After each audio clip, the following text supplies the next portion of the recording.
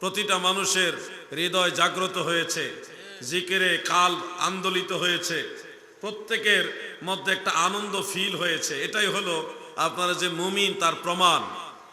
এই হালে যদি আপনারা আরো অগ্রসর হতে পারেন, আরো উন্নত হতে পারেন, তাহলে এই দুনিয়া, কবরে, হাসরে, মিজানে, ফুলচারাতে সবগুলি ঘাট পার হয়ে মদিনাওয়ালার কদম মোবারকের কিনারে কিনারে ইনশাআল্লাহ জান্নাতে যেতে পারবেন। আহনাফের ফতোয়া, এটা নিয়ে একবার আলোচনা হয়েছিল অনলাইনে। তবে বাহাদুল আহনাফ এনারা বলেছে দুরূদ শরীফ পড়লেও সেটার জন্য সাজদা দিতে হয়, কিন্তু জমহুরের মাসালার উপরে রায় হয়।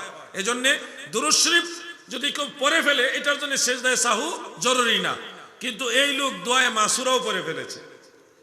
দোয়ায়ে মাসুরা পড়ার কারণে অবশ্যই তাকে সেজদায়ে সাহু দিতে হবে, কারণ সে সীমার বাইরে অতিরিক্ত পড়ে ফেলেছে, যেটা এখানে প্রযোজ্য ছিল না। এটা আমার যতটুকু জানা আছে মাসআলা আপনাদের বলে দিলাম। এর চেয়ে ভালো যদি কেউ জানেন আলহামদুলিল্লাহ, কাদা সরাসরি না করে যেটা ডকুমেন্টারি জানেন ওটাই মানুষকে বলবেন।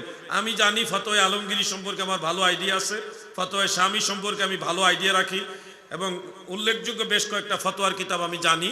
সেখান থেকে যতটুকু জানতে পেরেছি অতটুকু আপনাদের জানালাম।